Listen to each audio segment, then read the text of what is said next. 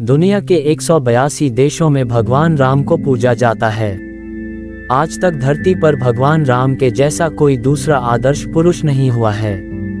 किसी काल्पनिक आदर्श पुरुष में जितने आदर्श गुण हो सकते हैं, भगवान राम में वे सभी गुण समाहित हैं। वे अपने साहस, निष्ठा और समर्पण के लिए जाने जाते हैं। उन्हें धार्मिकता, भक्ति और त्याग का अवतार माना जाता है। उन्हें धर्म यानी व्यवस्था के पालन के लिए जाना जाता है। उन्होंने एक राजा, एक भाई, एक पति, एक पुत्र और एक इंसान के रूप में धरती का सर्वश्रेष्ठ आदर्श स्थापित किया है। कितनी ही विपरीत से विपरीत स्थितियां पैदा हुई हों, लेकिन राम ने कभी धर्म का मार्ग नहीं त्यागा, बल्कि उसका हमेशा पालन किया है। बड़ी से बड़ी विपरीत परिस्थितियों में भी वे अपने नैतिक सिद्धांतों से नहीं डगमगाए।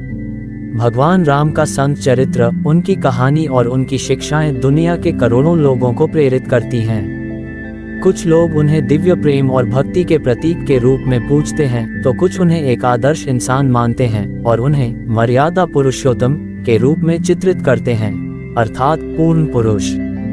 भगवान राम को मर्यादा पुरुषोत्तम इसलिए कहा जाता है क्योंकि उन्होंने मनुष्य की सर्वश्रेष्ठ मर्यादाओं का पालन किया है। राम ने सभी रिश्तों को मान दिया, इसलिए उन्हें आदि पुरुष भी कहा जाता है।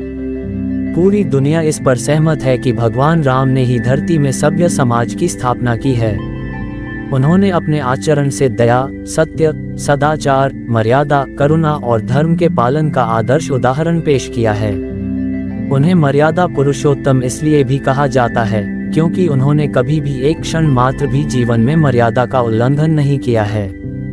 चाहे भूमिका एक राजकुमार की हो या एक भाई की, एक पति की हो या एक पुत्र की, एक सामान्य मनुष्य की हो या एक शासक की, राम ने हमेशा धर्म के मार्ग का अनुसरण किया है। वे कभी किसी की निंदा नहीं करते थे। समाजशास्त्री और मनोवैज्ञानिक दुनिया में 16 आदर्श गुणों को चिन्हित करते हैं और यह आश्चर्य नहीं कि ये सभी गुण दुनिया की जिस एकमात्र विभूति में मौजूद मिलते हैं, वे श्री राम ही तो हैं। राम असत्य पर सत्य की विजय के प्रतीक हैं। भगवान राम का व्यक्तित्व भी अनुपम था। महर्षि वाल्मीकि ने उनके व्यक्तित्व का वर्णन करते हुए लिखा है कि उनका चेहरा चंद्रमा के समान सौम्य, कांति वाला, कोमल और सुंदर था। उनकी आंखें बड़ी और कमल के समान थीं। उनकी नाक उन्नत और चेहरे के अनुरूप सुडौल थी। उनके होठों का रंग उगते हुए सूर्य की तरह रक्ताभ था। वह विद्वान, बुद्धिमान और अच्छे वक्ता थे। संपूर्ण विद्याओं में पारंगत और वेदों के ज्ञाता थे।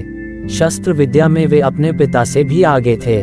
उनकी स्मरण शक्ति अद्भुत थी। कोई कितना भी प्रयास कर ले, उन्हें कभी क्रोध नहीं आता था। ये राम के आदर्श गुण ही हैं कि सदियों से वे हमारी संस्कृति के नायक हैं। जब कोई दो अजनबी लोग भी मिलते हैं, वे एक दूसरे से राम राम कहकर अभिवादन करते हैं। राम का नाम लेते ही उनके बीच से सारा अपरिचय दूर हो जाता है। लोग किसी अच्छे व्यक्ति की उसके गुणों की प्रशंसा करते हैं तो उसे राम जैसा कहते हैं। बड़े बुजुर्ग अक्सर कहते दिख जाते हैं, बेटा हो तो राम जैसा, राजा हो तो राम जैसा, चरित्र हो तो राम जैसा। वास्तव में श्री राम आदर्शों, उच्च मूल्यों और मानवीय गुणों के पूर्ण विराम हैं।